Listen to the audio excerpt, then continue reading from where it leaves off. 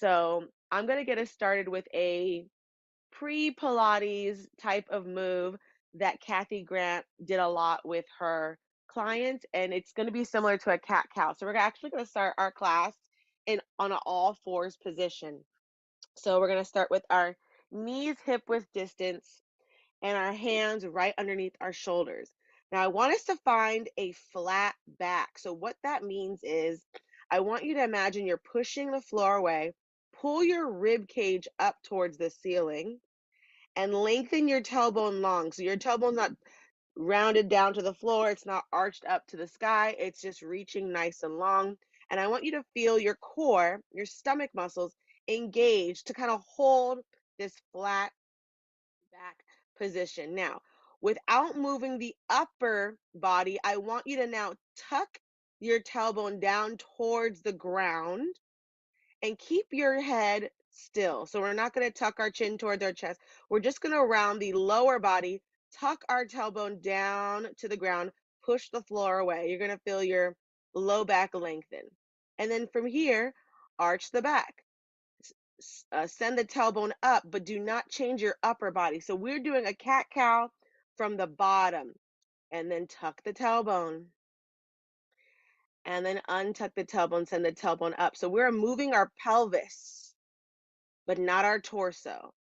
So this is something that Kathy liked to get her students to understand, that our upper and lower body can move separately. So in this cat-cow, in this articulation of our lower spine and pelvis, can you keep pushing the floor away, keep your head still, and just move from the base of your spine? The tailbone tucks, the tailbone untucks. And keep pushing the floor away. You're going to feel your arms turn on. You're going to feel your back body turn on. And for sure, you're going to feel your core turn on. You're here for 3, 2, 1, and rest. Sit back onto your heels. Shake it out. And next, we're going to try to do the top half. This one's more difficult for me. So we're going to find our flat back, tabletop position. And now we're going to keep our pelvis still. And now try to move our upper back up. Round the upper back, scoop in towards your chest. And then send your chest through your arms. So what's different is we're not going to let our belly button fall and collapse. We're sending our chest through our arms, lifting our chin, opening our throat, and then round, pull the ribs up, drop the head, keep the tailbone long, push the floor away, and then send your chest through your arms. You're getting longer. Lift your chin, push the floor away, your throat will open, and then round. Push the floor away. Try to keep the lower body still as you drop the chin towards your chest. Let your head hang. And then send your chest through your arms. Lift the chin and rest. Shake it out. Good. So now that we've isolated both, we're going to do the full spinal extension and flexion. So find your flat back once again, and we're going to send our tail down, drop our head, push our rib cage up towards the ceiling. Feel that full doming of the spine, doming of the upper back, of the tailbone, dropping of the head. And then reverse that shape. Chest through the arms, lift the tail, push the floor away. But instead of letting the belly button dump down, really think that your tailbone's reaching back, your chest is reaching forward. And then let's reverse that shape. Pair your breath to your movement. Now, what I want you to try to do and notice, keep your arms straight, because we're not moving from our arms. We're moving from our spine. Our spine is getting stretched. 2, and 1. Good. Shake it out.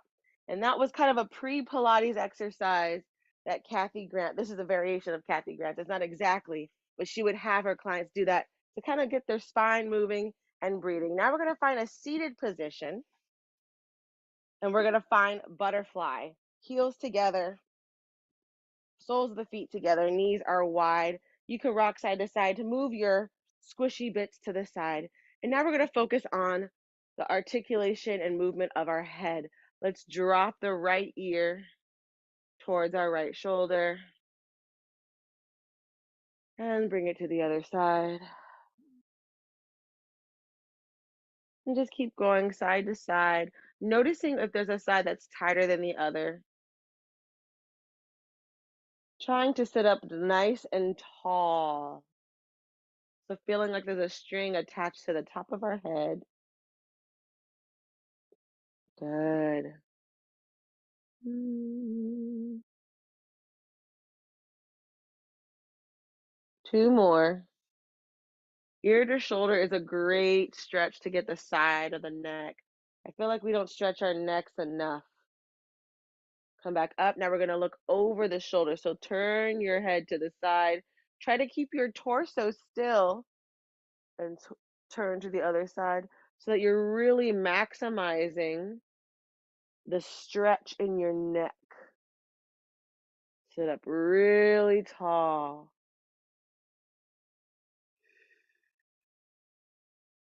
Good. 3,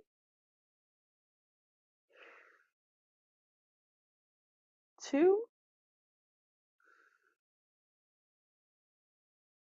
and 1. Good. Open your arms to the side. Bring your right palm down and reach up and over for a side body stretch. Here we want to make sure that our hips equally stay on the ground. Sometimes we tend to lift the hip of the arm that's reaching up and over. So I want you to push away from the floor as much as you are reaching up and over towards the floor. So we're thinking of staying long in our sides, especially the bottom side. We're not collapsing, we're pushing the floor away so you feel length on both sides of our body here. And switch. Trying to maintain length on both sides of the body. Your arm should be slightly in front of you, not behind you. And think about really dropping that opposite hip so it stays down on the ground. We're breathing into our ribs.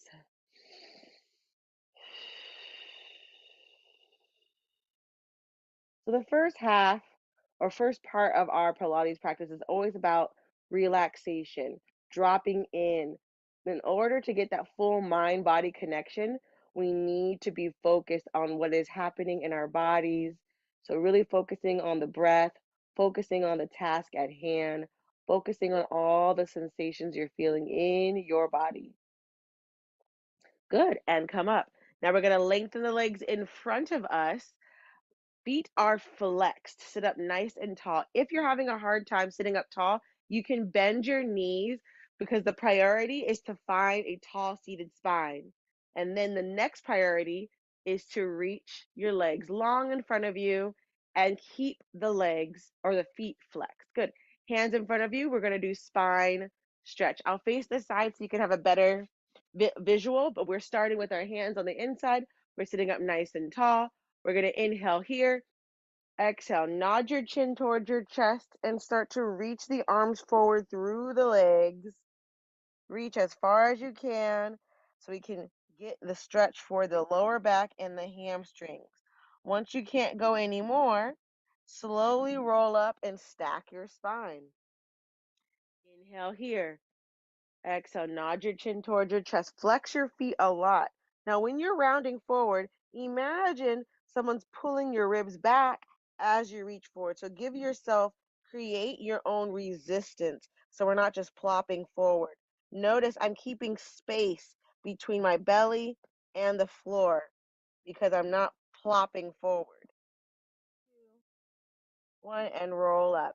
An added challenge, we reach our arms in front of our shoulders and imagine our hand is on a table. So we're going to slide our hand on a table versus on the mat. Flex your feet. Inhale. Exhale, nod your chin towards your chest and slide your hands on the table. Your ears will go between your biceps. Feel that stretch in the upper back. A little further and come up. Inhale. Exhale. Nod your chin towards your chest. Pull your belly button back as you slide and glide the arms forward. So you're imagining someone's grabbing your waist, pulling you back, but you're reaching your arms forward, creating that double two-way stretch. And come up. Inhale. One last one. One last time. Round forward. Reach, reach, reach, reach. Flex your feet as much as you can. Round your upper back. Drop your head. And come up. Good. We're going to open our arms to a T. I'll face you so you can see me a little bit better. And we're going to twist to our right. When we twist to our right, try to reach your left hand on the outside of your right foot back to center. Twist to the left. Try to reach your right hand on the outside of your left toe. Center and twist. Now, while we're twisting, y'all, stay lifted and sit it up, seated nice and tall. Flex your feet. This takes work. It's like we're wringing out our spine, trying to get the front arm to reach on the outside of your foot. So you have to really twist deeply and lift up taller. Good, nice. Now we're going to twist. Hold on the right. Now, after you twist to the right, fold forward. Reach your left hand over your right foot. Come back to a tall seated position. Back to center. Inhale. Twist to your left. Hinge forward. Reach your right hand over your left foot and come back to center. Other side. Twist. Hinge. Reach forward, forward, forward. Come back up. Center. Twist left. Hinge. Reach your arm as far as you can. Forward, forward, forward. Good. We're gonna add a double pulse. Twist. Hinge forward. Pulse twice. 1, 2, and up. Center. Twist left. And 1. And up, twist to the right, pulse forward, 1, 2, and up, twist to the left, pulse forward, 1, 2, come center and shake it out. Whew, that's work for our arms to stay up there. So you should have felt it in your deltoids, the arms on the side. Good. Bend your legs, plant your feet, and grab the back of your thighs. We're going to reach forward and roll all the way down to the mat, nice and slow. And once you've gotten down to the mat, keep your legs bent, plant your feet, and press your palms down into the mat. We're going to get ready for a bridging series. Back of the neck is long, pulling your ribs down towards the floor. Feel your pelvis heavy and melted into the ground. Feel your feet planted. Spread your toes. Feel your palms your palms on the ground. Fingers spread. Big breath in. As you exhale, you're going to draw your navel down towards the mat and start to tuck your tailbone up to the sky. When I say tuck, I don't mean lift. So what I want you to do is I want you to press your low back into the mat. You're pressing your low back so much into the mat that your tailbone will tuck and your glutes will naturally lift because you're pressing your low back down. We're not lifting our hips just yet. This is just a tuck. Now, untuck and find that neutral spine. Inhale. Exhale. Pull the navel down. Tuck the tailbone. This is like the beginning, right? With the Kathy Grant cat cow, when we're just isolating the lower half of our spine and release. Inhale. Exhale, engage your core. Draw your abdominals down and in. Tuck the tailbone, and naturally, your tush will lift. But you're not pushing into your feet just yet. Do that a few more times. This is waking up our lower abdominals. So they're doing a pelvic rock. That pelvic rock, you should feel your lowest core, your lower abdominals engage to help you articulate just your lower spine. Imagine you're trying to press your low back down into the mat as much as you can. So there's no more arch or light underneath your low back. 2. On this next one, keep the tuck. And from here, now, keeping that tuck, keeping the tailbone reaching to the sky, press into your feet and lift your hips up towards the sky. Pause at the top. Once you're at the top, pull your ribs down. Keep lifting your hips up, but pull your ribs down towards the ground. So you're kind of in this rounded position, but your hips are lifted. From here, breathe in. And then slowly articulate your spine down to connect to the mat, one vertebra at a time. First, your upper back, mid back, low back, and tailbone. We're going to do this a few more times. Big breath in. Exhale. Round. Pull the belly button in. Press up. This whole time, your arms are actively pressing down into the mat. So the triceps are in this exercise. And then roll down once you pause at the top. Pair your breath to movement. Inhale at the bottom. Exhale. Navel down. Tailbone tucks. Press into the feet. Lift the hips. Pause at the top. Draw your ribs down. And then start to roll down one vertebra at a time. This takes control. To move slowly and intentionally, it takes control. One more time. Inhale. Exhale. Tuck the tailbone. Lift the hips. Peel the spine off of the mat. Good. Reach your arms up towards the sky. Keep lifting those hips. Pull the rib cage down. Reach the arms back behind you. Thumbs touch the mat. And then slowly roll down with the arms reaching back. Nice big stretch. Your tailbone is the last thing to untuck. Hug your knees into your chest. And rock side to side.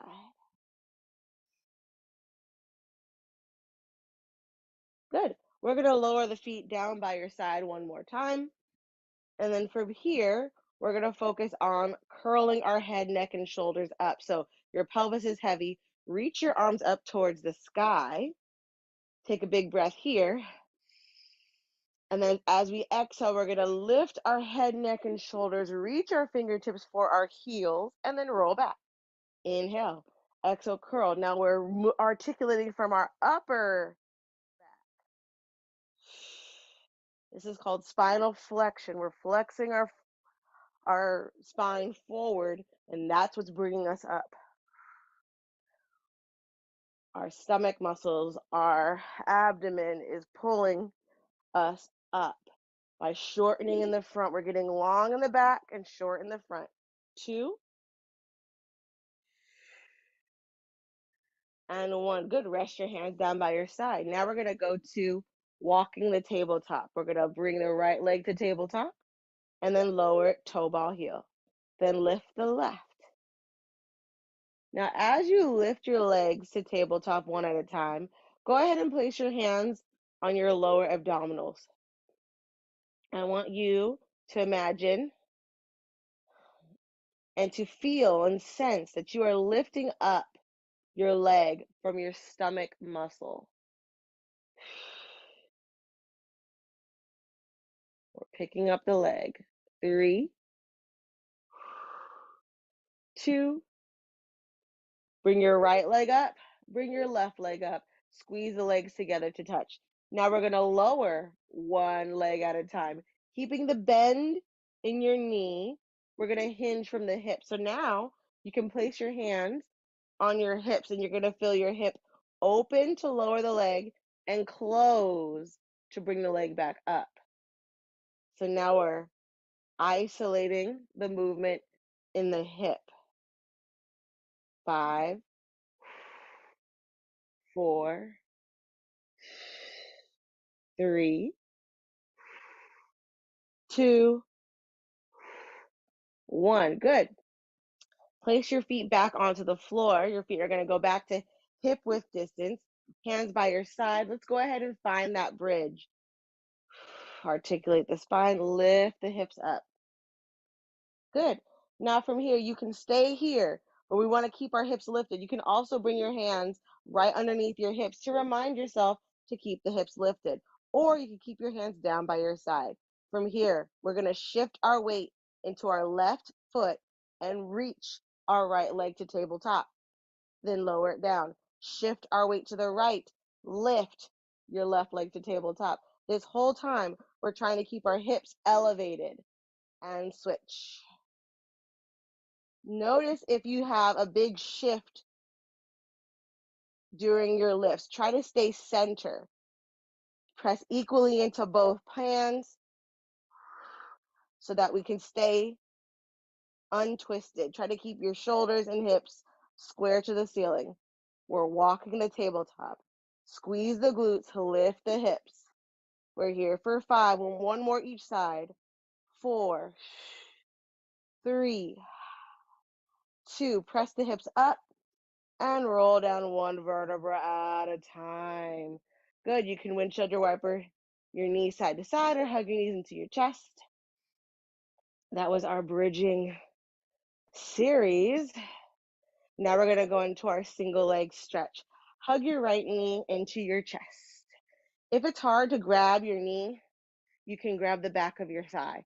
I just want to see a folded hip, bending from the hip, drawing the knee in toward your chest. So whichever feels good, you're either going to be down here or on top. Ideally, we want to just have that knee coming into our hip. Good. From here, go ahead and roll the ankle. And then reverse the ankle roll. Use your arms a lot here. Our arms are working to pull our knee in towards our chest. Good. Point the top foot. Now lengthen the bottom leg. Flex the bottom foot. So now we have a two-way stretch. We're actively reaching out of the bottom leg, trying to keep it straight. We flex the foot to make sure the leg is parallel to the ceiling. Pull that knee in towards your chest. And then from here, curl. Lift your head, neck, and shoulder. Look towards the bottom toe. So you have a little window with your arm. You should be able to look through your arm and see your leg. If you can't see your leg, lift the leg off the floor so you can see your foot through the window of your arm and your knee. We're here for 3. Kick your knee into your arm to help recruit that curl. The more you kick your knee into your arm, the more you'll be able to hold your curl for 3, 2, 1. Come down, lower the right knee, bring the left knee in toward your chest. Again, you can grab the back of the thigh, you can grab the top. Either way, we want to be working to bring the knee in towards our chest and start to roll the ankle. Roll it, roll it, roll it. And reverse. Roll the ankle. Good.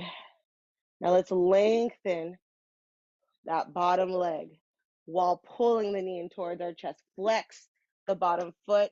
Make sure the leg is parallel and reaching up towards the sky. From here, we're going to breathe in. As we breathe out, we're going to curl. Lift our head, neck, and shoulders. You should have a little window between your thigh and your elbow. And you're going to lift the bottom leg so you can see your foot as you're curled. That's lengthened in front of you.